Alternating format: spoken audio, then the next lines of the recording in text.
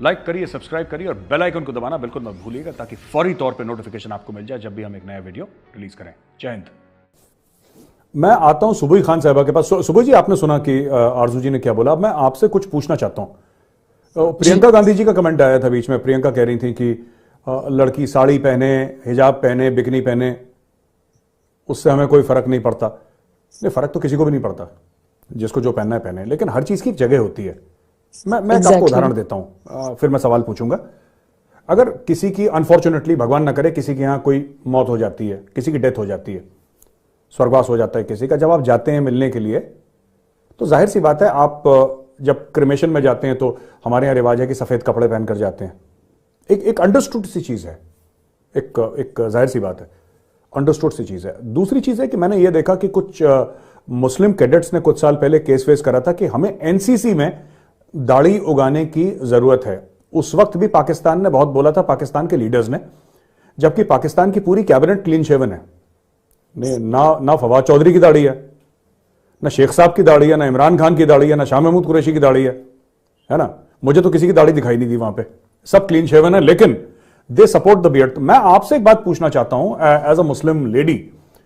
सुबोई जी, ये बताइए कि क्या इस्लाम में हिजाब फर्ज है? क्या इस्लाम में दाढ़ी फर्ज है कि ऑप्शनल है? मामला क्या है? आपने सबसे पहले घबराना नहीं है, घबराना नहीं है, घबराना नहीं।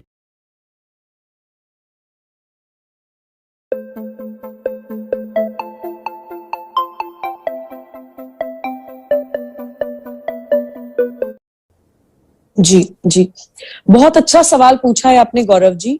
देखिए, मैं रिलीजन के पॉइंट ऑफ व्यू से, मजहब के पॉइंट ऑफ व्यू से भी बताऊंगी, क्योंकि मैं खुद एक मुसलमान महिला हूं, और मैं आपको संविधान के पॉइंट ऑफ व्यू से भी बताऊंगी, क्योंकि मैं एक अधिवक्ता भी हूं। और ये दो अधिकारों की बात ये लोग कर रहे हैं कि हमारा मजहब हमें ये बोलता है कि हम करें, तो हमारा जो कॉन्स्टिट्यूशनल राइट है टू प्रैक्टिस आवर रिलीजन, ये उसका वायलेशन है। देखिए, किसी भी मजहब की कोई भी इंटीग्रल एसेंशियल प्रैक्टिस वो होती है जो उस मजहब के ग्रंथों में हो।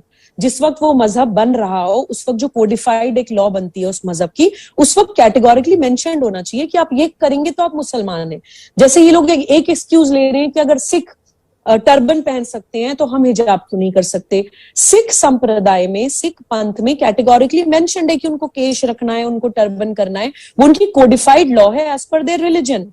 कुरान शरीफ में हिजाब का एक वेशभूषा की फॉर्म में या क्लोथिंग की फॉर्म में बुर्के का, हिजाब का, नकाब का कहीं से कहीं तक कोई मेंशनिंग नहीं है।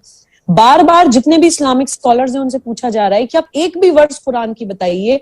कुरान शरीफ ड्रेसिंग की फॉर्म में सिर्फ इतना कहती है कि कवर योर बॉसम्स, यानी कि अपनी छाती को कवर करिए। इवन मुसलमान मर्दों को बोला जाता है कि अपनी नजरें नीची करिए, शर्म का एक पर्दा होना चाहिए, शर्म का एक हिजाब, एक कवर होना चाहिए कि आप किसी को गलत नजरों से ना देखें। अपनी शर्मगाहों को कवर करने की बात कुरान शरीफ करती है। तो पता नहीं कहां से एक अजीब सी प्रैक्टिस इन लोगों ने, जैसे ट्रिपल तलाक है या हलाला है या बहु विवाह है या ये बुर्का है, सारी इस्लाम की बिद्दत, सारी मैल प्रैक्टिसेस केवल और केवल महिला को एक कमोडिटी की तरह, एक जिस सेक्सुअल ऑब्जेक्ट की तरह इस्तेमाल करने के लिए ये लोग इस्तेमाल करते हैं। तो देखिए, अब मुझे लगता है कि समय आ गया है। आई रियली अप्रिशिएट आरजू जी जो पाकिस्तान में बैठकर ये बोल रही हैं कि नहीं, हिजाब करना या नकाब करना जो है वो इस्लाम का पार्ट नहीं है। मैं तो चलिए खुशनसीब हूं कि मैं भारत में हूं, मैं प्रोटेक्टेड हूं, मैं ये बात कर सकती हूँ। लेकिन आरजू जी की हिम्मत को मैं सलाम करती हूँ कि वो एटलीस्ट सच को ऐसी कंट्री में बैठकर बोल रही हैं जहां पे सच बोलना हराम है। मुझे 1 मिनट और दीजिएगा गौरव जी, मैं कॉन्स्टिट्यूशनल पॉइंट ऑफ व्यू से भी इसको कवर करना चाहती हूँ। देखिए, हमारे संविधान में कुछ मौलिक अधिकार हैं। अनुच्छेद 12 से लेके अनुच्छेद 35 तक मौलिक अधिकारों की बात करते हैं, फंडामेंटल राइट्स। इन्हीं अधिकारों में एक अनुच्छेद 25, आर्टिकल 25, जो हमें हमारा मजहब का पालन, प्रचार, प्रसार और प्रवचन करने की आजादी देता है। लेकिन कोई भी मौलिक अधिकार एब्सोल्यूट या पूर्ण नहीं है, कुछ शर्तें होती हैं। पब्लिक ऑर्डर, मॉरलिटी, डिसेंसी, यानी कि सार्वजनिक व्यवस्था, शिष्टता, नैतिकता। जैसे प्रियंका गांधी जी का आपने एग्जाम्पल दिया कि बिकनी डेफिनेटली किसी भी लड़की का अधिकार है कि वो पहन सकती है, लेकिन शिष्टता को धज्जियां उड़ा के नहीं, वो बिकनी पहन के मॉल में नहीं जा सकती है। एक डिसेंसी फॉलो करने पड़ेगी। बिकनी पहनने की एक जगह है, जैसे आपने बोला, बिकनी वो स्विमिंग पूल पे पहन सकती है, बिकनी वो बीच पर पहन सकती है, बिकनी पहनकर किसी मस्जिद, मदरसे, गुरुद्वारे में, मंदिर में कोई नहीं जा सकता है। एक कोड ऑफ कंडक्ट आपको मानना पड़ता है, एक पब्लिक ऑर्डर, एक सार्वजनिक व्यवस्था। जब आप किसी पब्लिक इंस्टीट्यूशन में जा रहे हैं तो इवन उन पब्लिक इंस्टीट्यूशन के भी कॉन्स्टिट्यूशनल राइट्स हैं। आप उन इदारों के अधिकारों का भी हनन नहीं कर सकते हैं। आप अपनी पर्सनल लाइफ में हिजाब करिए, मैं भी करती हूँ। जब मैं नमाज पढ़ती हूँ तो डेफिनेटली हिजाब करके पढ़ती हूँ, कोई जीन्स पहन के या बाल खोल के तो मैं नमाज पढ़ती नहीं हूँ। तो जिस चीज का जो कोड ऑफ कंडक्ट है वो करना पड़ता है, और कोई भी फंडामेंटल राइट बिना ये शर्तें माने आप नहीं मान सकते हैं। संविधान फंडामेंटल ड्यूटीज की भी बात करता है, केवल फंडामेंटल राइट्स की बात नहीं करता है। तो ना ही मजहब की दृष्टि से और ना ही संविधान की दृष्टि से इस जिद को जायज ठहराया जा सकता है। जी बहुत बढ़िया सुबोई खान जी, आपने रोशनी डाली इस मामले पे। आरजू जी एक बात बताइए, शेख रशीद साहब के पास तो उन्होंने कुरान शरीफ नहीं पढ़ी क्या शेख रशीद ने? वहां पे कह रहे हैं कि औरतों को देख के नजरें नीची, ये तो हरीम शाह के साथ वीडियो बना रहे हैं अपना शेख रशीद, ये क्या चक्कर है इनका? जी बिल्कुल, वही मैंने आपसे कहा कि हमारे मिनिस्टर्स की जैसे वीडियोस मौजूद हैं, ये सब है। लेकिन इनको, मेरा ख्याल है कि अगर ये बहुत ज्यादा फॉलो करते हैं, सऊदी अरब को हमारे यहाँ बहुत माना जाता है, जब वो ईद करेंगे हमने ईद करना है, जब वो रमजान होगा तो यहाँ पे भी हो जाएगा अनाउंस। तो उन्होंने तो कहा है वहां के क्राउन प्रिंस ने कि रिफॉर्म्स होनी चाहिए, तो बिल्कुल होनी चाहिए, क्योंकि बेशक कुछ कहा गया हो 1400 साल पहले, अभी वक्त बदल गया है और बहुत सी चीजें चेंज हो गई हैं। हमारे यहाँ कोई आई थिंक 10 दिन पहले मेजर साहब 2 लड़के पकड़े गए थे लाहौर से, जो कि इसी किस्म का हिजाब और बुर्का पहन के जो है गर्ल्स कॉलेज और स्कूल के बाहर लड़कियों को तंग करते थे। तो अगर हम इस चीज की इजाजत देंगे तो फिर इस किस्म के वाकयात भी होंगे। लाल मस्जिद वाला मौलवी किसको याद नहीं, जो बुर्का पहन के भाग रहा था। और इस किस्म की यहाँ पे टेररिज्म भी पाकिस्तान में क्योंकि बहुत ज्यादा होती है, तो कोई भी इस तरह का बुर्का पहन के या अपने आप को छुपा के जाकर और किसी को नुकसान पहुंचा सकता है। तो किसी भी रिलीजन में ये नहीं कहा गया कि जो कहा गया है बस वही हर्फ आखिर है। आपको अपनी सिक्योरिटी भी देखनी होती है, वक्त के हिसाब से बदलना भी होता है, वो सब कुछ मौजूद है। शेख रशीद साहब हों या उनके दूसरे मिनिस्टर्स हों, जैसे मैंने पहले कहा था, बिल्कुल इनकी वीडियोस भी मौजूद हैं। और उसके बाद ये इस किस्म की बातें करते हैं कि जी इस्लाम ने ये कहा है, इस्लाम ने वो कहा है। हमारे प्राइम मिनिस्टर तो जब हलफ उठा रहे थे अपना, तब वो कोई सूरत ठीक से पढ़ नहीं पा रहे थे। तो इसमें कोई ऐसी बात नहीं है। आजकल बहुत से लोगों को नहीं आता, लेकिन अगर आप सिर्फ रिलीजन कार्ड खेलेंगे और हर चीज में इस्लाम इस्लाम करेंगे तो उससे होता कुछ नहीं है। उसके बाद ये जाके कहते हैं जी इस्लामोफोबिया हो गया है, लोगों को ये हो गया है। पाकिस्तान में आप जानते हैं कि 97% मुस्लिम रहते हैं, लेकिन सबसे ज्यादा इस्लाम खतरे में भी पाकिस्तान में ही बताया जाता है। हमेशा कहेंगे इस्लाम खतरे में है या इजराइल हमारे ऊपर ये कर रहा है। ये इस कदर डरी सहमी कौम है कि इनको अपने ऊपर कॉन्फिडेंस ही नहीं है। यानी इस हद तक झूठे हैं कि अगर इनको कहना चाहिए, सोशल मीडिया पे भी अगर किसी को बुरा भला कहना होगा तो फेक आईडीज बनाएंगे, पिक्चर्स नहीं लगाएंगे, अपना नाम कुछ और लिखेंगे। अगर हिम्मत है और बड़ा आपको इस्लाम का जज्बा है और आप बहुत जिहाद करने निकले, अपनी आईडीज लगाएं, अपनी पिक्चर्स लगाएं और बताएं कि आप क्या कह रहे हैं। लेकिन ये इस किस्म की चीजें जो हैं वो यहाँ पे फैलती चली गई हैं। और इवन भुट्टो के टाइम से ऐसा हुआ है। और अभी जैसे मैंने बताया 2 लोगों को मार दिया, कोई फर्क नहीं पड़ता। श्रीलंका के सिटीजन को मार दिया, कुछ नहीं हुआ। हमारा ख्याल था लोगों का कि जी बड़ा कुछ हो जाएगा, आगे से ऐसे काम नहीं होंगे।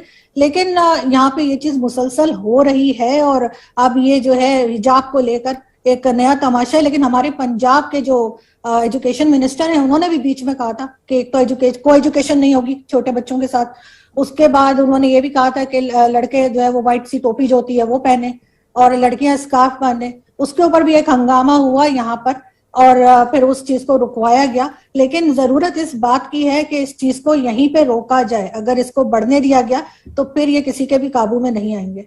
जी सुबोई जी एक बात बताइए, आपने आरजू जी को सुना, उन्होंने she spoke about the weaponisation of religion कि मजहब को एक हथियार की तरह पाकिस्तान में यूज करा गया। क्या आप देख रही है भारत में भी यही हो रहा है? क्योंकि देखिए मैं अभी फिर बोल रहा हूं, मेरे जो भी सीए एनआरसी के ऊपर मेरे जो भी व्यूज हों, राइट, मेरे व्यूज इमटेरियल हैं, उसके 2 पैसे का फर्क नहीं पड़ता मुझे। मेरे कुछ भी व्यूज हो सकते हैं सीए एनआरसी को लेके। दूसरी चीज है कि शाहीन बाग वालों को पूरा हक है प्रोटेस्ट करने का, पूरा हक है, 110%। कॉन्स्टिट्यूशन हक देता है, गौरवारी हक नहीं देता, कॉन्स्टिट्यूशन ऑफ इंडिया का हक है। लेकिन साल भर के लिए पूरी रोड आपने ब्लॉक करके रखी, ये तो गलत है। ठीक है, ये कोई, चाहे वो किसान आंदोलन हो, किसान कानून अच्छे थे बुरे थे, that is not my thing at all. हो सकता है पूरे बुरे हो सकता है पूरे अच्छे हो, मेरा कोई लेना देना नहीं है। लेकिन वो सड़क ब्लॉक करेंगे तो मुझे प्रॉब्लम है, क्योंकि I am a tax payer, मैं अपना टैक्स देता हूं समय पे, और मैं चाहता हूं कि मैं अपने सड़क पे अगर चलना चाहूं तो कोई सड़क ब्लॉक ना करे। तो क्या आपको लग रहा है कि वेपनाइजेशन ऑफ रिलीजन हो रहा है पब्लिक प्लेसेस में ऑक्यूपाई करके, और ये दिखा के कि there is an alternate power structure which is brewing, which is outside the constitution of India. एक पावर स्ट्रक्चर तैयार हो रहा है जो कि संविधान के हदों के बाहर है। जी जी, गौरव जी बहुत अच्छा सवाल है आपका। देखिए डेफिनेटली एक वही सेम उदाहरण आया कि हम अपना राइट टू प्रोटेस्ट इस्तेमाल करते हुए सार्वजनिक व्यवस्था की धज्जियां उड़ा रहे हैं। हम ये कह रहे हैं कि राइट टू रिलीजन के नाम पे हम कई बार सड़कों पे नमाज पढ़ने लगते हैं, कभी हम आंदोलन के नाम पे रोड्स ब्लॉक कर देते हैं, पूरे पूरे शहरों को होस्टेज बना देते हैं।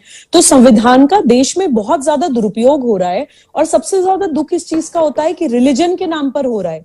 देखिए डेफिनेटली मैं तो एज अ मुस्लिम वुमन पूरी जिम्मेदारी के साथ ये बोलती हूँ गौरव जी कि इस्लाम रह कितना गया है, कितने % सच्चे मुसलमान रह गए दुनिया में। बहुत कम ऐसे लोग रह गए हैं जो इस्लाम को उसकी टू स्पिरिट में समझते हैं। आजकल तो बस इस्लामिक स्टेट की तैयारी चल रही है। आप देखिए किसी भी विषय पर ये जो मुसलमानों की भीड़ एक भीड़ तंत्र की तरह या मानसिक गुलामों की तरह उमड़ पड़ती है, उसके पीछे यही कारण है कि इस्लामिक स्टेट की तैयारी बचपन से होती है। मुसलमान बच्चे को इस्लाम का नाम लेकर बचपन से पहले अलगाववादी बनाया जाता है। मुसलमान लड़की बाल नहीं खोल सकती, नेल पॉलिश नहीं लगा सकती, लिपस्टिक नहीं लगा सकती, मुसलमान बच्चा लड़का नाच नहीं सकता, गा नहीं सकता, ड्राइंग, पेंटिंग, आर्ट, कल्चर किसी चीज में पार्टिसिपेट नहीं कर सकता। ये अलगाववादी इसलिए बनाते हैं ताकि वो सारी दुनिया से अलग रहे। जब वो अलगाववादी बन के फ्रस्ट्रेटेड हो जाएगा, उसके दोस्त कम होंगे, तब सेकंड स्टेज होती है उसको कट्टरवादी बनाने की। उस स्टेज में उसको ये बताया जाता है कि जो तुम सोच रहे हो वही सही है, बाकी सब गलत है। जब वो कट्टरवादी बन जाता है तब फाइनल स्टेज होती है आतंकवादी बनाने की। उस स्टेज में उसको बोला जाता है कि जो तुम सोच रहे हो वही सही है और बाकी सारी दुनिया से मनवाना तुम्हारा परम कर्तव्य है। उस स्टेज पर आके वो मुसलमान व्यक्ति अपने अंदर बॉम्ब लगा के सुसाइड बॉम्बर बन के फटता है, या फिर पंथ परिवर्तन कराने के लिए, कन्वर्जन करने के लिए निकलता है, या फिर ये सोचता है कि अगर मैं किसी को मुसलमान बना दूंगा तो मुझे जन्नत मिलेगी। तो डेफिनेटली इस्लाम को इस्तेमाल करके इस्लामिक स्टेट की तैयारी भारत में हो रही है। फतवा ब्रिगेड जो ये फतवेज इशू करते हैं कि आप ये नहीं कर सकते, वो नहीं कर सकते, ये लोग अनपढ़ लोग नहीं है गौरव जी, ये लोग बहुत चालाक लोग हैं। ये मुसलमान बच्चे की सोचने समझने की क्षमता खत्म कर देते हैं, डिसीजन मेकिंग पावर खत्म कर देते हैं, क्योंकि उनको इस्लामिक स्टेट बनाने के लिए भीड़ तंत्र चाहिए। ऐसे ही भीड़ की तरह, मेंटल स्लेव्स की तरह, गुलामों की तरह तभी इस्तेमाल कर पाएंगे जब आपकी सोचने समझने की क्षमता खत्म हो। तो बुर्का भी एक मेंटल स्लेव बनाने की ही एक तैयारी है जब कोई रिलीजियस आपके पास रेफरेंस नहीं है। प्रॉफिट मोहम्मद सल्लल्लाहु अलैहि वसल्लम की पहली बीवी हजरत खदीजा बिजनेस वुमन थी, तो वो कोई कारोबार वहां पे नकाब करके चार दीवारी में बैठ के तो करती नहीं होंगी, वो सारे महिला पुरुष सबसे इंटरेक्शन भी करती होंगी। तो जब पैगंबर की बीवी नकाब नहीं करती थी तो कौन से इस्लाम की आप बात कर रहे हैं? आज भारत में केवल इस्लामिक स्टेट की तैयारी चल रही है। मैं पूरी जिम्मेदारी से बोल रही हूं, ऐसा तो नहीं हम अज्यूम कर रहे हैं, कोई हाइपोथेटिकल सिचुएशन है, पहले भी हो चुका है। रातों रात नहीं बनती इस्लामिक स्टेट, चाहे आप अफगानिस्तान में देख लीजिए, चाहे आप भारत को तोड़ के जो पाकिस्तान बना है आप उसमें देख लीजिए। पूरी एक ऐसी स्ट्रैटेजी, पूरी एक step by step Islamic state बनाया जाता है। हम लोग या भारत या कोई भी भारतवासी इस्लाम के खिलाफ नहीं है। भारत धर्म का देश है। भारत में कभी भी मजहब की, भाषा की, जाति की लड़ाइयों का कल्चर ही नहीं है। आप अच्छा काम करेंगे तो आपको लोग सम्मान देंगे, आप खराब काम करेंगे तो आपको लोग गाली देंगे। खुद ही उठा के जेल में डाला जाता है अपराधियों को, कोई किसी भी पंथ का हो, किसी भी मजहब का हो। हमारी लड़ाई सिर्फ इस्लामिक स्टेट से है, और इस्लाम और इस्लामिक स्टेट में फर्क है, ये हमें समझना पड़ेगा। वही जो आपने बोला रिलीजन का वेपनाइजेशन, और वेपन कोई सिर्फ एक रॉकेट लॉन्चर या गन ही वेपन्स नहीं होते हैं। एक द्विराष्ट्रवाद प्रमोट करना, एक अलगाववाद प्रमोट करना, एक कट्टरवाद प्रमोट करना कि आप जिस देश में रहेंगे आप उस देश के नियम, कायदे, कानून, संविधान, सेंट्रल एक्ट्स कुछ नहीं मानेंगे, आप रिलीजन के नाम पे धज्जियां उड़ा देंगे। I am sorry, as an Indian Muslim मैं बार बार रिआइटरेट करूंगी कि इस्लामिक स्टेट की, टू नेशन थ्योरी की, द्विराष्ट्रवाद की ये आइडियोलॉजी हम अपने भारत में अब नहीं चलने देंगे। हम वैचारिक अनुकूलता इस्लामिक स्टेट की भारत में नहीं चलने देंगे कि सब कुछ अलग है आपका जी, आपको अलग कानून चाहिए, आप भारत की रिसोर्सेज इस्तेमाल करेंगे, माइनॉरिटिज्म के नाम पे आप सारी फैसिलिटीज लेंगे, लेकिन आप कानून नहीं मानेंगे, हमें सेपरेट लॉज चाहिए। अगर वीडियो पसंद आया है तो लाइक का बटन जरूर दबाएं। Thank you.